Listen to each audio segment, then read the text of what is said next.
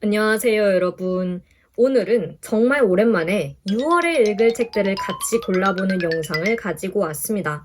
진짜 오랜만이죠. 마지막으로 올렸던 게 제가 3월에 읽을 책 고르는 영상이었으니까 어쩌다 보니까 이렇게 3개월이 흘렀습니다. 시간이 오래 걸린 만큼 또 야심차게 책장 파먹기를 해보려고 하고요. 또 6월 말에 서울국제도서전이 있기 때문에 그 전에 제가 부지런히 읽어서 여유 공간을 확보를 해야 되거든요.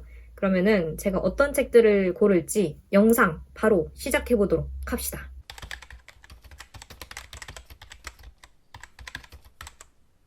여기 이 책들이 제가 아직 안 읽은 책들입니다. 이전보다 조금 늘어났어요. 이렇게 앞에 조금 쌓아두게 됐는데 그래서 지금 부지런히 읽고 이 책장을 다시 깔끔하게 유지를 하고 싶다라는 그런 열의에 불타 있는데 각 칸에서 한 권씩 고르면 될 것 같아요. 한두 권씩? 일단 이 칸을 보자면 대체로 좀 볼륨이 얇고 그리고 작은 책들이 이 안에 들어가 있습니다. 어떤 것을 읽을 것이냐? 일단 지금 제 마음에 가장 짐처럼 느껴지는 책이 있거든요. 얘네 두 권.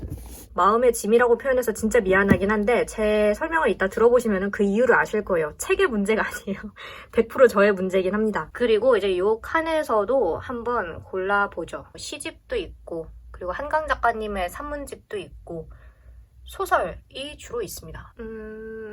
요것을 한번 읽어보죠. 요 책, 요 맨 아래 칸은 저기 논픽션 책들도 조금 있고 소설도 좀 있고 대체로 좀 볼륨이 큰 소설들 뭐 논픽션 이렇게 있는데 요거를 읽어보겠습니다. 일단 요거 골라놓고 그렇다면 시집을 한 권 더 읽고 싶은데 요 위에서 요 시집도 한 권 고르고 그리고 이 칸을 보자면 지금 저 안에도 책이 있는데 일단은 앞에 있는 책들부터 좀 찬찬히 읽어 나갈게요. 요 책 읽어볼까요? 요거 일단 골라놓고 그리고 마지막 칸은 이제 조금 볼륨이 있는 그런 논픽션 책들이 있는데 실은 제 마음에 마찬가지로 약간 좀 미안한 마음이 있던 책이 있어요.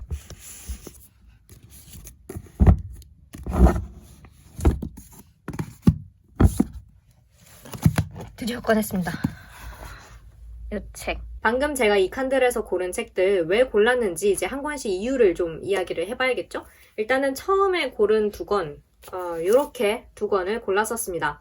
조너선 컬러 작가의 문학이론, 그리고 벤츠 나너의 작가의 미학이라는 책들이고 출판사는 둘 다 교유서가의 첫 단추 시리즈 중에 두 권입니다. 지금 여기 제가 사놓고 안 읽은 책들 중에 가장 오래된 책이 무엇이냐 하면은 이 책이 아닐까 싶습니다. 아마 제 기억이 틀리지 않다면 대학원 막 입학했을 때 급한 마음에 샀던 책일 거예요. 아니면은 그 직전에 문학에 관해서 뭐라도 좀 읽어야 하지 않을까 하는 마음에 제일 기본서 같은 느낌을 받아서 샀거나 그러니까 2019년, 2018년 뭐 그 즈음에 샀던 책 같은데 지금 정확히 기억이 나지는 않지만 제가 왜 마음의 짐이라고 했는지 아시겠죠? 이 책의 문제가 아니라 이 책을 읽지 않았던 저의 문제이기는 한데 어쨌든 제 마음속에 늘 약간 부채감을 안기는 이 책은 알라딘 책 소개를 지금 앞에다가 띄워두고 있는데 대표적인 문학이론 입문서라고 하고 이 책은 문학에 관한 제반 이론의 복합적인 스펙트럼을 포괄적으로 이해하는 데 유용하다라고 합니다. 사실 읽으려면은 진작에 읽었어야 하죠. 대학원 공부하기 전에 읽었으면 가장 베스트였고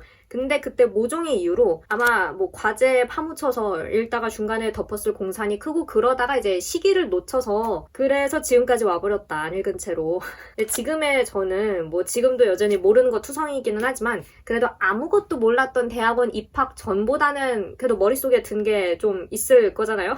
그래야 할 텐데. 그래서 훨씬 좀 수월하게 술술까지는 아니더라도 뭐 잘 이해하면서 읽을 수 있지 않을까. 지금 보니까 밑줄을 제가 치면서 읽었는데 딱 여기까지 밑줄을 쳤습니다. 82쪽까지. 이 미학은 그래도 꽤 최근에 산 책입니다. 이 책이 언제 나왔지? 2023년 6월에 초판일세 발행을 했으니까 제가 이 책이 나왔을 즈음에 샀거든요.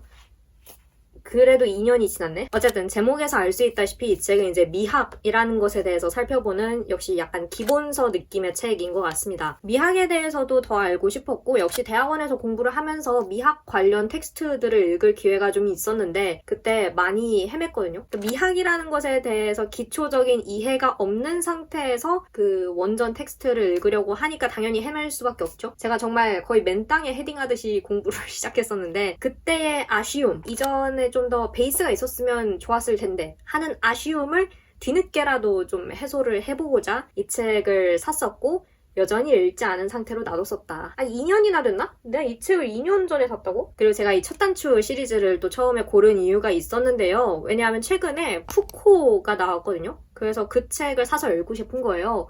푸코도 그렇고 성경인가 성서인가 그 책도 나왔고 사회문화 인류학 그 책도 있고 되게 흥미로운 주제가 많아가지고 그래서 그 시리즈를 쭉 사서 읽고 싶은데 제 책장에 여전히 몇 년 전에 사둔 요 두 권이 있다 보니 죄책감이 들어서 사지를 못하고 있었어요. 그래서 이제 그 죄책감을 덜고 싶어서 이 책을 부지런히 읽고 또 다른 첫 단추 시리즈들도 좀 차근차근 사서 읽어보고 싶습니다.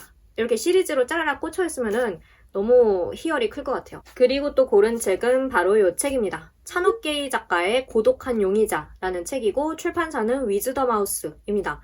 이 책은 위즈덤하우스에서 무상으로 보내주신 책이에요. 광고 아니고 리뷰 의무 없이 받은 책이고 찬옥계이 작가의 책을 제가 늘 읽어보고 싶기는 했습니다. 그리고 찬옥계이 작가뿐만 아니라 정말 재미있는 추리소설을 읽고 싶다. 숨막히는 추격전, 짜릿한 반전 이런 거를 좀 즐기고 싶다라는 욕구가 늘 있었는데 막상 제가 책을 읽을 때 보면은 그런 것과는 거리가 먼 책들을 주로 찾아서 읽고 있더라고요. 그래서 이번에 한번 골라보게 됐죠. 근데 표지가 좀 무섭습니다. 지금 책 소개를 앞에다가 띄워두고 있는데 리얼리즘을 표방한 범죄 추리 소설이라는 표현이 있습니다. 제가 예전에 이 찬옥계이 작가의 마술피리라는 책에 좀 관심이 가가지고 장바구니에 넣어놨던 적이 있는데 그 책은 동화를 리텔링한 추리 소설이라고 제가 봤던 것 같거든요. 유쾌하면서 기발하고 재치 있는 그런 느낌의 추리 소설이지 않을까라는 생각을 했었는데 요거는 사뭇 다른 정말 찐 범죄 추리 소설 느낌인 것 같습니다. 저기 줄거리를 간략하게 좀 살펴보면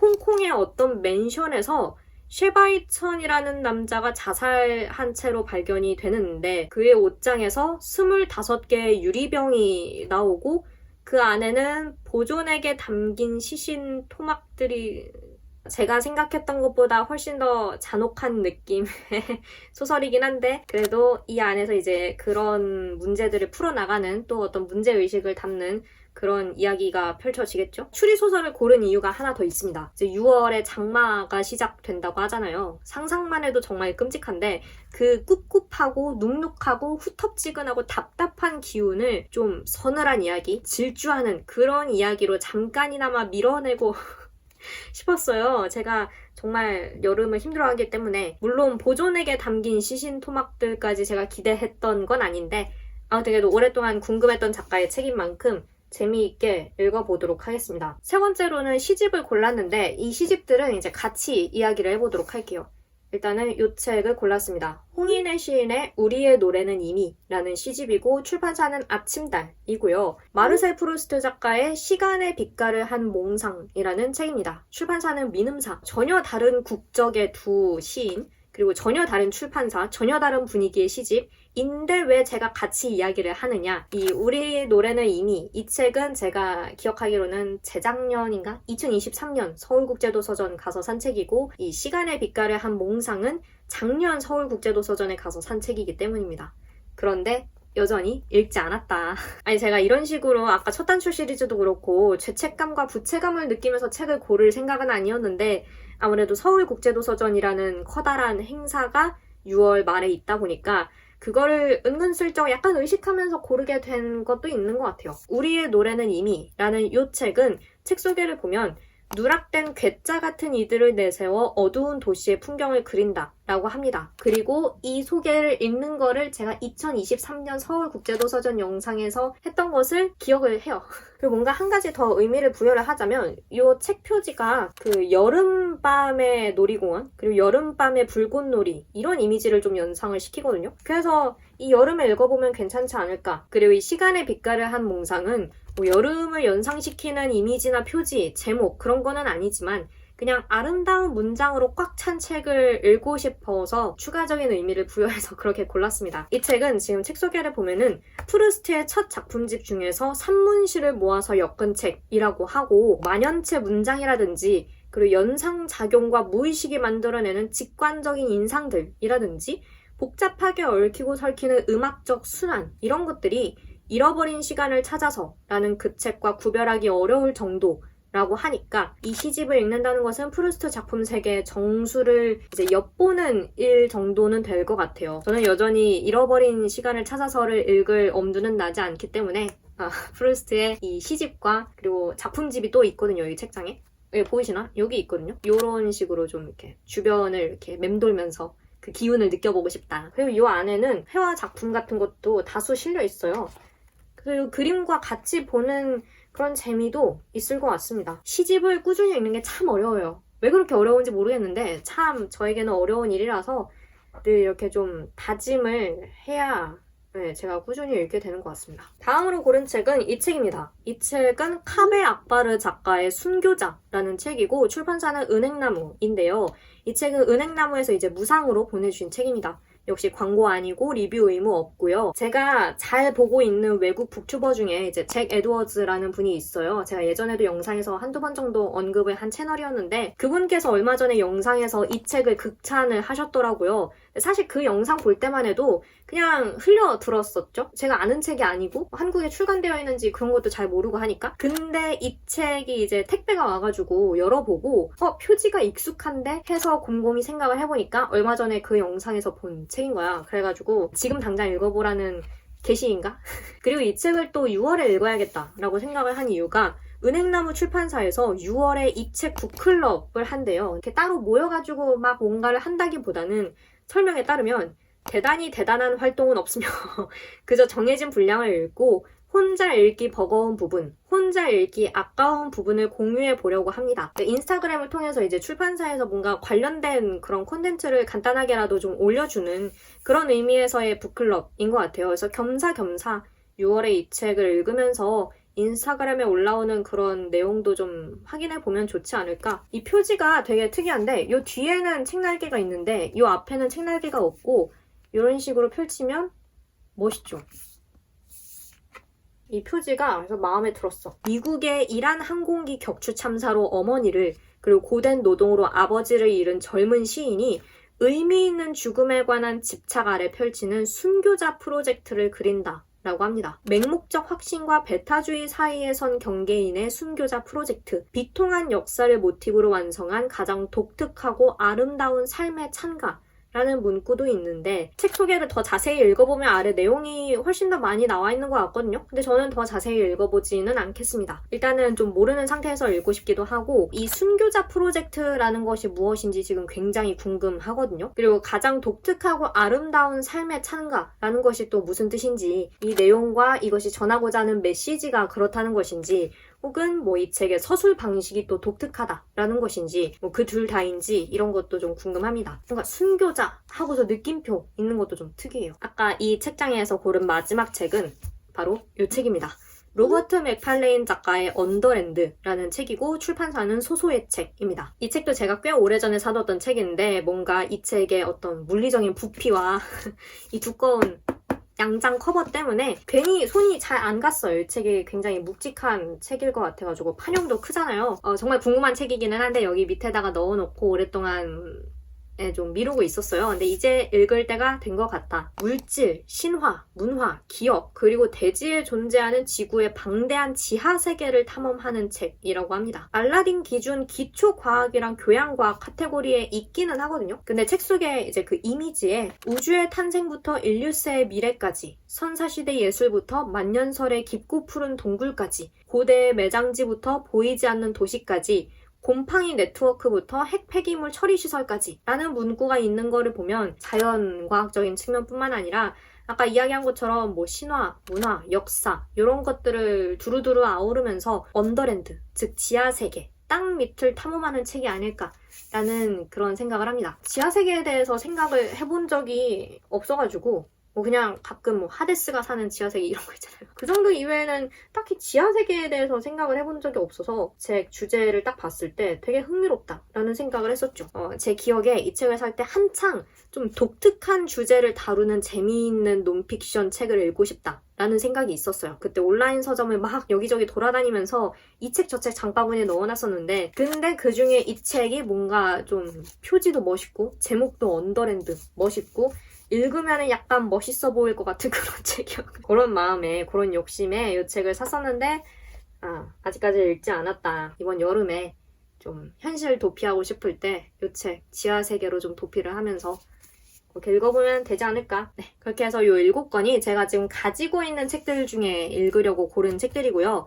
다음으로는 제가 실물로 지금 가지고 있지는 않지만 6월에 새로 살 책 혹은 이미 사서 배송되기를 기다리고 있는 책을 한두 권 정도 이야기해 보려고 합니다. 노트북을 제가 봐야 하기 때문에 그거를 보면서 이야기를 해보도록 할게요. 제가 6월에 새로 사서 읽게 될 책들, 지금 실물책은 없지만 읽을 가능성이 100%인 책들에 대해서 이야기를 해보려고 하는데 우선은 이미 예약 구매를 해둔 책이 있습니다. 다음 주쯤에 올 것 같은데 강화길 작가의 치유의 빛이라는 책이고요. 출판사는 은행나무입니다. 알라딘 책 소개를 보면은 그간 작가가 천착해온 긴밀하고 폐쇄적인 공동체, 여성과 여성 사이에서 발생하는 밀도 높은 감정 이런 것들을 다시 그 안진이라는 장소에 펼쳐놓으면서 끝장을 향해 거침없이 밀고 나가는 작품이라고 합니다. 작가님의 책을 그간 쭉 따라 읽어오신 독자분들이라면은 이제 안진이라는 소설 속 지명이 또 익숙할 테고 또 작가님의 소설들이 지닌 그 특유의 숨막히는 분위기 있잖아요. 숨막히는 긴장감 이런 것들도 잘 아실 것 같습니다. 저도 작가님의 소설을 너무나 좋아하는 독자로서 이 책은 출간 예정 소식이 떴을 때부터 사실 무조건 사서 읽는다라는 마음이 있었기 때문에 전혀 고민하지 않고 예약 구매를 해뒀고요. 이 책의 내용은 이제 15살 때 감당할 수 없는 식욕과 함께 몸이 갑자기 거대해졌던 지수라는 인물이 있고 그리고 지수가 오랫동안 동경해온 해리아라는 인물도 나온다고 하고 사실 최대한 모르는 상태에서 소설을 읽고 싶어서 근데 여러분께 이제 소개는 해야 되니까 지금 이렇게 약간 흐린 눈을 하고 책 소개를 읽고 있거든요. 배송되자마자 읽기 시작할 책이에요. 제가 놀랍게도 오늘 고른 책들 중에 한국 소설이 없었기 때문에 한국 시집은 있었는데 소설이 없었기 때문에 이 책이 이제 한국 소설 자리를 이제 든든하게 채워줄 것이다. 그리고 또 한 권의 책. 이 책은 이제 마지막 책이죠. 아직 사지는 않았는데요. 6월에 출간되면 바로 사서 읽을 책이기 때문에 이야기를 해보려고 합니다. 이스라 작가의 인생을 바꾸는 이메일 쓰기. 출판사는 이야기 장수이고요. 딱 한 가지 고민이 되는 것은, 아니야, 2가지 고민이 되는 것은 이 책이 출간되면 뭐 온라인 서점이든 오프라인 서점이든 직접 가서 살 것이냐 아니면은 그 서울국제도서전에 이야기 장수 이 출판사 부스가 나온다고 하더라고요.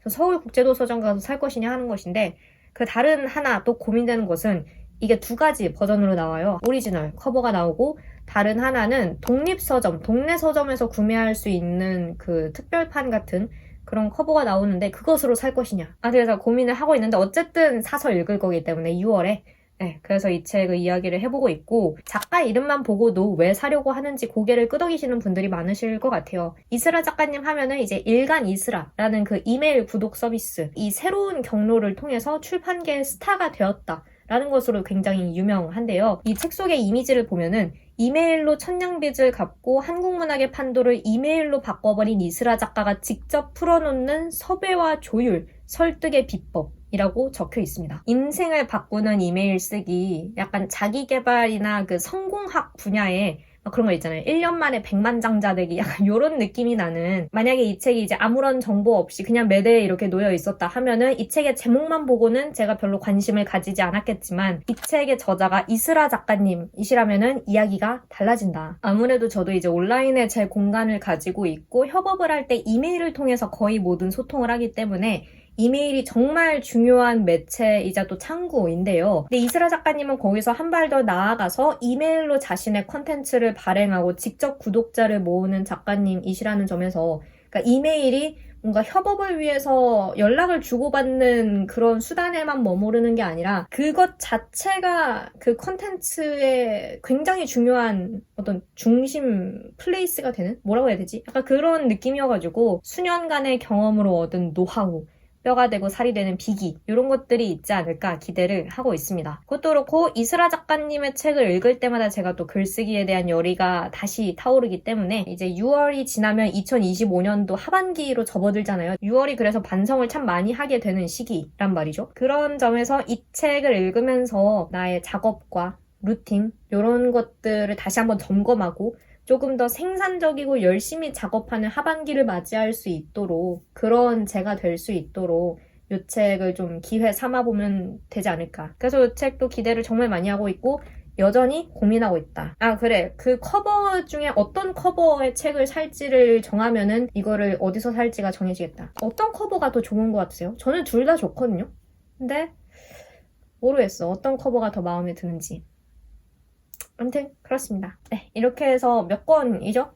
책 꽤 많이 골라놨고 그리고 또 2권 있고 해가지고 뭐 10권 안팎이 될 것 같은데 꽤 야심찬 선택이라고 생각을 합니다. 사실 6월에 가능하면은 제가 민음사 새운전 몰아읽기 챌린지도 한번 하고 싶고 또 서울국제도서전에 가서 사고 싶은 책들도 많이 있어서 오늘 고른 책들을 진짜 다 읽으려면은 정말 부지런히 움직여야 되는데요. 그래도 여름이니까 새로운 계절이니까 또 오랜만에 촬영하는 이 책 고르기 뭐라고 해야지? 이 시리즈명을 고르면 참 좋을 텐데 책장 파먹기? 어감이 괜찮나? 아무튼 뭐 그런 영상이니까 야심차게 한번 골라봤습니다. 이 영상이 여러분께 재미있게 다가갈 수 있기를 바라며 네.